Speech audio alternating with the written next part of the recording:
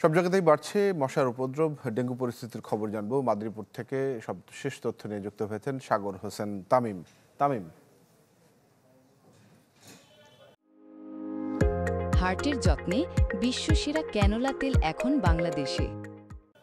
যে আসলে মাদারীপুরে কিন্তু ডেঙ্গু আক্রান্তের সংখ্যা কিছুটা কমে আসছে বলে আমাদেরকে স্বাস্থ্য বিভাগ থেকে বলা হয়েছে।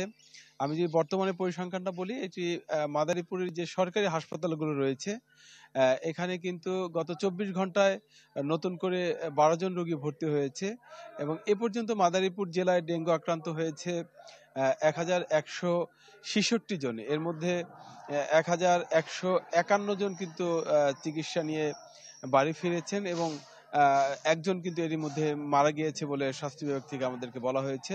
তো যেটি বলা হচ্ছে স্বাস্থ্য বিভাগ থেকে, এই ডেঙ্গু আক্রান্ত আসলে কেন হচ্ছে সাধারণ মানুষ, এর জন্য যদি সচেতন হওয়া যায়, বিশেষ করে যে সমস্ত জায়গায় পানি জমে থাকে সেই সমস্ত জায়গায় যদি ১-২ দিন পর পর পানি অপসারণ করা হয়, বিশেষ করে বাসা বাড়িতে যে এসির যে পানিগুলো পড়ে এবং রাস্তার আশেপাশে যে ডাবের খোলস এবং অন্যান্য জায়গায় যে ডোবা নালায় পানি জমে থাকে, সেই সমস্ত পানি যদি অপসারণ করা হয় এবং সেখানে মশা নিধক যদি স্প্রে করা হয়, তাহলে কিন্তু এই যে ডেঙ্গু রোগের অন্যতম বাহক যে এডিস মশা, সেটি কিন্তু অনেকটাই আসলে প্রতিরোধ করা যায়। এই জন্য সাধারণ মানুষকে বলা হচ্ছে সচেতন হওয়ার জন্য, এবং এই সচেতন হলেই কিন্তু এই ডেঙ্গু আক্রান্তর সংখ্যা অনেকটা কমে আসে।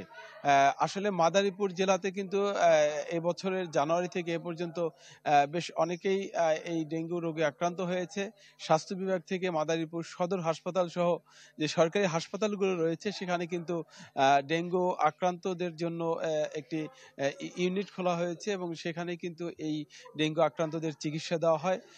সাধারণ রোগীরা যেটি বলছে, অনেক সময় রোগীর চাপ বাড়লে কিন্তু ডেঙ্গু আক্রান্তর যে ইউনিট, সেখানেও কিন্তু সাধারণ রোগীদের রাখা হয়, যার ফলে সাধারণ মানুষরাও কিন্তু এই রোগের আক্রান্ত হতে পারে বলে তারা বলছে। তো সবাইকে সচেতন হওয়ার জন্যই স্বাস্থ্য বিভাগ থেকে বারবার বলা হচ্ছে। তো এই ছিল আমার কাছে, তানভীর। জি তামিম, ধন্যবাদ আপনাকে। সাগর হোসেন তামিম জানাচ্ছিলেন মাদারীপুর থেকে।